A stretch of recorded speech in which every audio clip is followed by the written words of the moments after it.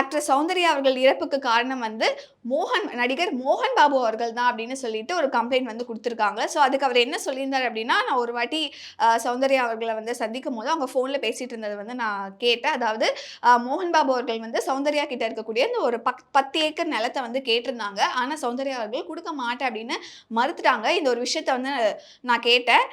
So அதுக்காக தான் அந்த 10 ஏக்கர் நிலத்துக்காக தான் இப்படி ஒரு விஷயத்த வந்து மோகன் பாபு அவர்கள் பண்ணிட்டாரு அப்படின்னு சொல்லிட்டு ஒரு குற்றச்சாட்டு வந்து வைக்கிறாங்க.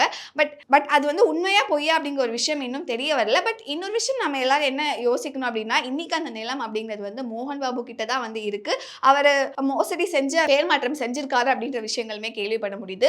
ஆனா சௌந்தர்யா அவர்களுடைய ஹஸ்பண்ட் ரகு அவர்கள் வந்து என்ன ஒரு விஷயம் வந்து சொல்லியிருந்தாரு அப்படின்னா, இல்ல மோகன் பாபு அவர்களும் நாங்களுமே வந்து ஒரு ஃபேமிலி ஃப்ரெண்ட்ஸ் தான். ஒரு 20 இயர்ஸ்க்கு மேல நாங்க வந்து ஃபேமிலி ஃப்ரெண்டா இருக்கோம். அப்படி எதுவும் இல்ல அப்படிங்கிற மாரி அவங்க சைட்ல இருந்து ஒரு விஷயம் சொல்லியிருக்காங்க. ஸோ இன்னைக்குமே வந்து இது ஒரு மர்ம முடிச்சியா இருக்கு அப்படின்னு தான் சொல்லலாம்.